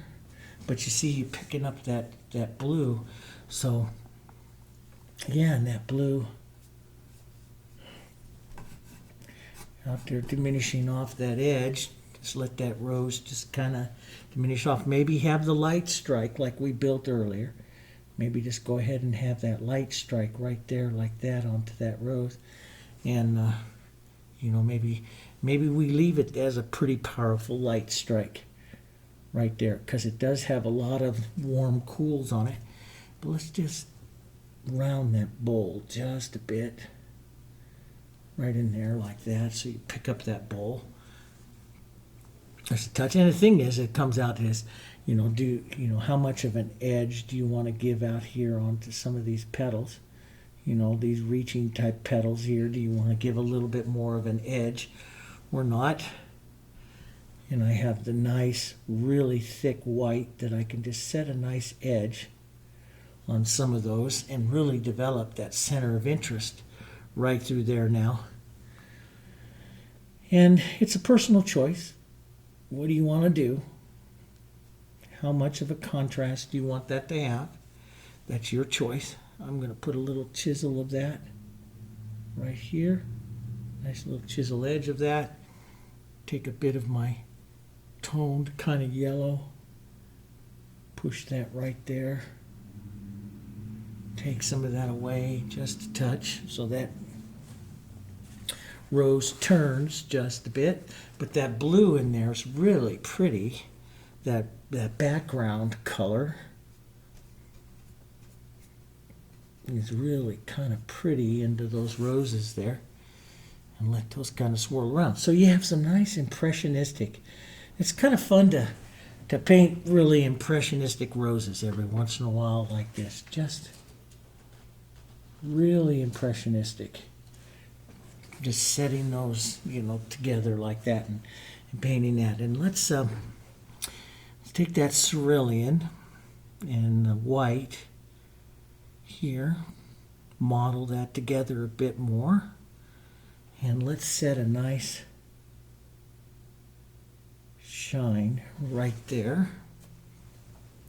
Cerulean with just a bit of that bluey purple color here to take it off just a bit.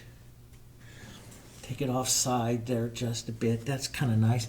Maybe a little bit in that light source right down here by that yellow right in there. That might be kind of nice. Let's just take a little darker, take it off just a touch. Excuse me. That and maybe just a whisper more of the reflected light there.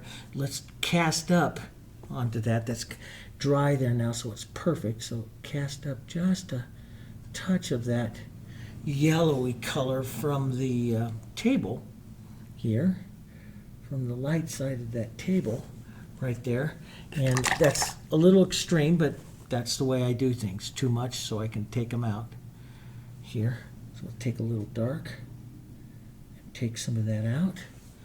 just leave a little spot of it there and take back and look at that monitor. So, you'd be getting up and looking at it and saying, yeah, okay, maybe that's okay. Maybe a bit of our through light right here. This is a through light that comes through the composition right there, and that actually brings the vase forward, and we'll gray off just a bit there. But that's a nice little spot of through light that's coming through from the back there. And let's take that same light and but a little bit lighter, the yellow of the light here. Maybe push that right up over here onto this side, right up over the edge of our vase there, so it's not perfect. And drag that back and forth a little bit. I just like to do the things, I used to do them so perfect. Now I like that more casual nature of it and stuff, Let's go like a petit and a couchoir in them, and touch a few little petals down here of our reds here. Those are kind of nice. Maybe a few touches of a lighter yellow and white kind of petal and stuff through here, going through. So they're not quite so perfect, just little touches there. I love to do this, but sometimes I get them a little too perfect, and so I just need to color more than anything else. It breaks it up down there, gets the color and stuff going there. And a little bit of our greens, tone down our greens and yellows here. Just some different greens going through. Just little touches of them,